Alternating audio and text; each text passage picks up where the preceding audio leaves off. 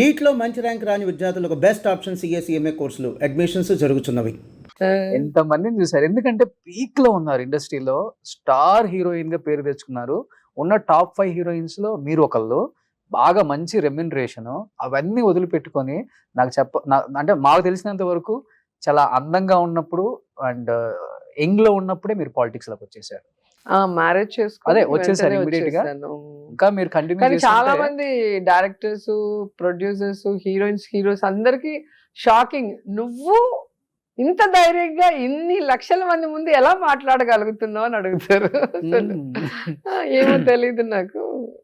వెళ్ళాను, మాట్లాడుతున్నాను, అలాగే కంటిన్యూ అయిపోయాను. ఒకటి బాగా సంపాదించుకోవాలని పాలిటిక్స్ కి వస్తారు, ఇంకొకటి సంపాదించుకోవాలని కాపాడుకోవడానికి వస్తారు. మీరు ఎందుకు వచ్చారు అసలుకి? నేను సర్వీస్ చేయడానికి వచ్చాను.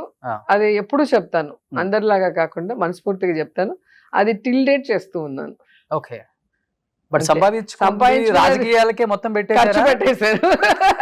నా డబ్బు నేను ఖర్చు పెడతాను తప్ప నేను ఎవరి దగ్గర చేయి చాచిన దాఖలా లేదు. ఇండస్ట్రీలో మీరు ఎవరినైనా అడగండి, చంద్రబాబు నాయుడు అడగండి, ఆయన పార్టీలో నేను ఏమన్నా ఆయన దగ్గర సహాయం పొందానా అని. ఎప్పుడు కూడా నమ్ముకున్న మనిషి కోసం ఫైట్ చేస్తాను, పని చేస్తాను. నన్ను నమ్ముకున్న వాళ్ళకి హెల్ప్ చేస్తాను, అంతేగాని ఎప్పుడు ఒకరి పేరు చెప్పి. ఎన్నాళ్ళు వస్తుంది? 2 సార్లు ఓడిపోయారు, 2 సార్లు మీరే పార్టీకి మీరే మీ సొంత డబ్బులు పెట్టుకొని ఖర్చు పెట్టుకొని ఎమ్మెల్యేగా కంటెస్ట్ చేశారు. ఫస్ట్ 2 తెలుగుదేశంలో ఆల్మోస్ట్ మేమే మా ఓన్ గా పెట్టుకున్నాం. జగన్ గారు మంచి మనసుతో మాకు 2 సార్లు బాగా సపోర్ట్ చేశారు. సో దాని వల్ల కొంచెం సేఫ్ నేను. ఓకే, ఆర్థికంగా కొంచెం ఇబ్బందులు పడ్డారు కదా ఒకనొక టైంలో? ఎప్పటికీ ఉంటాయండి. సంపాదించింది చాలా చాలా అమ్మేసుకో, సినిమాల్లో పోయింది, మళ్ళీ పాలిటిక్స్ లో పోయింది, మళ్ళీ సంపాదించుకుంటూ ఉన్నాను కదా. నాకు జబర్దస్త్ శ్యామంకుల్ బాగా సపోర్ట్ చేశారు ఆ టైంలో. ఓకే, సో ఆ షో ఇవ్వటం వల్ల నాకు క్రేజ్ వచ్చింది, ఫైనాన్షియల్ గా స్ట్రెంగ్ అవ్వటానికి అవకాశం వచ్చింది. ఓకే, సో ఆయనకి కూడా నా లైఫ్ లో ఎప్పుడు కృతజ్ఞతలు చెప్పుకుంటాను. సో ఆ గ్రాటిట్యూడ్ ఉంటే చాలు. ఖచ్చితంగా ఖచ్చితంగా ఉంటుంది. ఎప్పుడు మళ్ళీ జబర్దస్త్ వచ్చే అవకాశం ఉంది ఏమన్నా? అందరూ వెయిట్ చేస్తున్నారు మీకోసం. ఆ స్టేజ్ నిండుగా ఉండాలంటే మీ నవ్వుతో. లేదు, కొత్త షో ఏదైనా వస్తే చేస్తాను. రెడీయా? కొత్తది ఏదైనా అయితే ఓకే. సో ప్రొడ్యూసర్స్, డైరెక్టర్స్ రెడీగా ఉండండి, కొత్త షో. ఎందుకంటే సినిమాలు లేక పాలిటిక్స్ కి వచ్చినారని అప్పుడు చాలా మంది అన్నారనే నేను అప్పుడు ఆ షో చేశా. నేను సినిమా ఇండస్ట్రీకి, టీవీ ఇండస్ట్రీకి ఎప్పుడు వెళ్ళినా సక్సెస్ ఇవ్వగలను, నా ప్రేక్షకులు నాకున్నారని ప్రూవ్ చేయడానికి అప్పుడు యాక్ట్ చేయడం జరిగింది. చాలా ఏళ్ల తర్వాత యాక్ట్ చేశాను ఆ షోస్. సో అది సక్సెస్ చేసి మళ్ళీ ఆపేసి నేను మళ్ళీ మినిస్టర్ అయ్యాక ప్రజాసేవలో ఉండిపోయాను. సో ఇప్పుడు కొంచెం ఫ్రీ టైం ఉంది కాబట్టి మళ్ళీ నా అభిమానుల కోసం యాక్ట్ చేయాలనుకుంటున్నాను. సో రోజా గారికి ఫ్యాన్స్ ఉంటారు, అట్ ది సేమ్ టైం రోజా గారి చీరలకి ఫ్యాన్స్ ఉంటారు. ప్రత్యేకమైన శ్రద్ధ తీసుకుంటారా వీటి కోసం? నాకు చాలా ఇంట్రెస్ట్. నాకు ప్రాపర్టీస్ మీద కన్నా శారీస్, జ్యువెలరీ మీద ఇష్టం ఫస్ట్ నుంచి కూడా.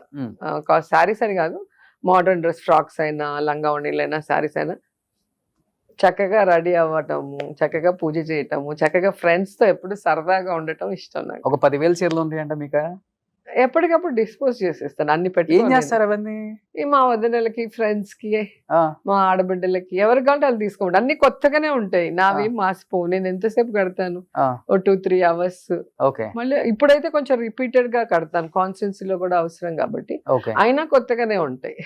అంటే ఒకసారి కట్టుకున్న చీర కట్టుకోరు మామూలుగా? ముందు అలా ఉన్నాను, ఎమ్మెల్యే అయ్యాక మళ్ళీ రిపీటెడ్ గా చాలా సారీస్ కావాలి కాబట్టి వాడుతూ ఉన్నాను. హీరోయిన్ గా ఉన్నప్పుడైతే ఒక ఫంక్షన్ కి వేస్తే మళ్ళీ వేయం, ఎందుకంటే ఫొటోస్, వీడియోస్ అన్ని వచ్చేస్తాయి కదా. సో ఆ మెయింటెనెన్స్ చేయాలి కదా. హీరోయిన్ అంటే వాళ్ళు ఇంకా దేవలోకంలో దేవకన్యలాగే ఊహించుకుంటారు. ఈ వయసు వచ్చినా ఇంకా 18 ఏళ్ళలాగా ఉండాలనుకుంటారు. అదే పెద్ద బాధ. ఎక్కడన్నా పోతే మీరు అలాగే ఉన్నారండి అంటారు, లేకపోతే ఏంటండి ఇలా పాడైపోయారు, మొహం ఏంటి ఇలా ఉంది అంటారు. ఏం పాడైపోయారా బాబు, వయసు రాదా ఫేస్ మీద? అప్పుడు సినిమాలో ఉన్నట్టు ఎలా ఉంటారు? నాకు అసలు అంత అమాయకంగా అడుగుతారు తెలుసా అభిమానులు చూసినప్పుడు. మినిమం సారీ ఒక 50,000 60,000 అట్లేం లేదండి, ఇవంతా 8,000 అనుకుంటా అంతే. ఆర్గంజా వెయిట్ లెస్, ఆపరేషన్ అయింది కదా, సో వెయిట్ సారీస్ కట్టుకోలేకపోతున్నాను పొట్ట దగ్గర. సో కొంచెం వెయిట్ లెస్ వాడుతున్నాను. మంచి మంచి సారీస్, డిజైనింగ్ చాలా బాగుంటుంది. Thank you. ఎవరు చేస్తారో గానీ నా ఫ్రెండ్ భార్గవి గారు అని ఉన్నారు, తను ఫస్ట్ బాగా చేసేది. ఈ మధ్యలో షమ అని, స్టారీ డ్రీమ్స్, ఇంకా ఫిరోజ్ అని, ఇంకా చాలా మంది ఉన్నారు నాకు డిజైనర్స్. సో వాళ్ళందరూ ఒక్కొక్కరిది ఒక్కొక్క స్టైల్. సో ఆ సిచ్యువేషన్ బట్టి వెళ్ళే ఫంక్షన్ బట్టి వాళ్ళకి ఇస్తూ ఉంటారు. సో మీ స్టైల్ ను ఫాలో అయ్యే మిగతా ఎమ్మెల్యేస్ కూడా ఉన్నారు అనుకుంటా కదా? నేను ఎమ్మెల్యే అయిన తర్వాత అందరూ నన్ను ఫాలో అవుతున్నారు. హై నెక్ నేను వేస్తే అందరూ హై నెక్, నేను బాడీ ఒక కలర్ హ్యాండ్స్ ఒక కలర్ వేసేదాన్ని, అందరూ అవి స్టార్ట్ చేశారు. నేను వేరే మారిపోతూ ఉన్నాను. మళ్ళీ ఫుల్ నెక్ వేయటం, రౌండ్ నెక్ వేయటం స్టార్ట్ చేస్తే మళ్ళీ అందరూ అవే వేస్తున్నారు. మళ్ళీ కొన్ని రోజులు కాలర్ వేసాను, ఏది వేస్తే అందరూ అది వేస్తుంటే ఇంక మళ్ళీ నేను వేరే మార్చుకుంటూ వెళ్తున్నాను. అందరూ రాజకీయాల్లో ఏది కంఫర్ట్ అది బెస్ట్ కదా.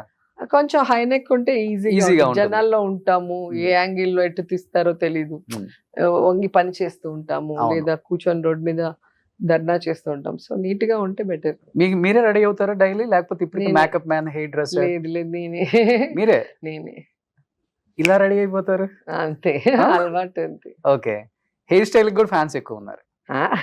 హెయిర్ స్టైల్ కూడా ఫ్యాన్స్ ఉంటారు అమ్మాయిలు. నార్మల్ పోనీటైల్, నేను అదే పోనీటైల్ అంటే ఇట్లా నీట్ గా ఉంటే నాకు ఇష్టం. ఈ లూజ్ హెయిర్ ఫేస్ మీద అంతా హెయిర్ ఉంటే ఒక లాగా ఉంటుంది, చెమటలకి జనాల్లో తిరుగుతుంటే ఓకే అస్సలు అవ్వదు. అంతే ఇలా నున్నకు దువ్వేసి ఒక రబ్బర్ బ్యాండ్ వేసేస్తే అమ్మయ్యా ఓకే ఇంక రండి ఫైటింగ్ అన్నట్టుంటుంది. ఓకే, సో ఇప్పుడు జ్యువెలరీకి ఫ్యాన్ ఉన్నారు, శారీస్ కి ఫ్యాన్ ఉన్నారు, హెయిర్ స్టైల్ కి ఫ్యాన్ ఉన్నారు, నా వాయిస్ కూడా చాలా మంది ఫ్యాన్ ఉన్నారు. దానికి ఫ్యాన్స్ ఉంటారు. ఒకరిద్దరికి నచ్చింది కానీ చాలా మంది 80% ఫ్యాన్సే ఉన్నారు. ఎదుటి వ్యక్తి మిమ్మల్ని కలిసినప్పుడు చెప్పేది ఏంటి మీలో నచ్చే ఒక మంచిదంటే? నేనైతే నవ్వు అని చెప్తాను, మెజారిటీ స్మైలే చెప్తారు అందరూ ఒక్క నవ్వుతో. ఫస్ట్ చూడగానే నా గురించి తెలిసిన వాళ్ళు నా మంచి మనస్సు నచ్చుతుంది అంటారు. పరిచయం అయితేనే కదా తెలుస్తుంది. బయట నుంచి చూసే వాళ్ళకి ఆరగెంట్ గా తిమురుగా ఉంటుంది, ఏంటి అమ్మాయి చాలా యాటిట్యూడ్ గా ఉంది అనుకుంటారు. పక్కకు వచ్చి నాతో మాట్లాడితే తెలుస్తుంది కదా. ఓకే, సో అందరికి నవ్వు పెదాల మీదే ఉంటుంది, కొంతమందికి లోపల నుంచి వస్తుంది. రోజా గారికి ఎక్కడి నుంచి వస్తుంది అంటే మా నాన్నగారి నుంచి వచ్చింది. సేమ్ ప్రింట్, నేను మా డాడీ స్మైల్ నా స్మైల్, సో మా నాన్న ఇచ్చిన వరం అని చెప్పొచ్చు. ఓకే, అందుకనేమో నేను బాధగా ఎవరికి తెలియదు. మాక్సిమం ఎప్పుడు హ్యాపీగా ఎలా ఉంటారని అడుగుతారు నన్ను. నా ఫేస్ స్మైలింగ్ ఫేస్ ఉంది. ఓకే, సో మా అమ్మ నాన్న నాకు ఇచ్చిన వరం అది. సో ఏది వచ్చినా తట్టుకునే శక్తి భగవంతుడి ఫ్యామిలీ నుంచి వచ్చింది. భగవంతుడు ఇచ్చాడు. ఏదైనా ధైర్యంగా పోరాడే శక్తి మా ఇంట్లో మా ఫ్యామిలీ మెంబర్స్ ఇచ్చారు. సో అన్నలంటే ప్రాణం, అంటే భయం. ఇప్పటికి ఆయన ఇప్పటికి నన్ను 10th క్లాస్ స్టూడెంట్ లా చూస్తాడు, నీకు ఏం తెలీదు అంటాడు. లోపలికి వెళ్ళి రూమ్ లోకి వెళ్ళి నాకు పెళ్ళైంది, 2 పిల్లలు, వాళ్ళకి కూడా పెళ్లి చేసే వయసు, ఇంకా చిన్న పిల్లలు అనుకుంటున్నాడు అని మా ఆయన దగ్గర కొట్లాడుతుంటా. అక్కడ చెప్పొచ్చు కదా, నా దగ్గర చెప్తే ఏమొస్తుంది అంటాడు మా ఆయన. అక్కడ చెప్పలేక కదా నీ దగ్గర చెప్తున్నాను. సుమన్ టీవీలో మీ పర్సనల్ అండ్ బిజినెస్ ప్రమోషన్స్ కోసం కింది నెంబర్ కి కాంటాక్ట్ చేయండి.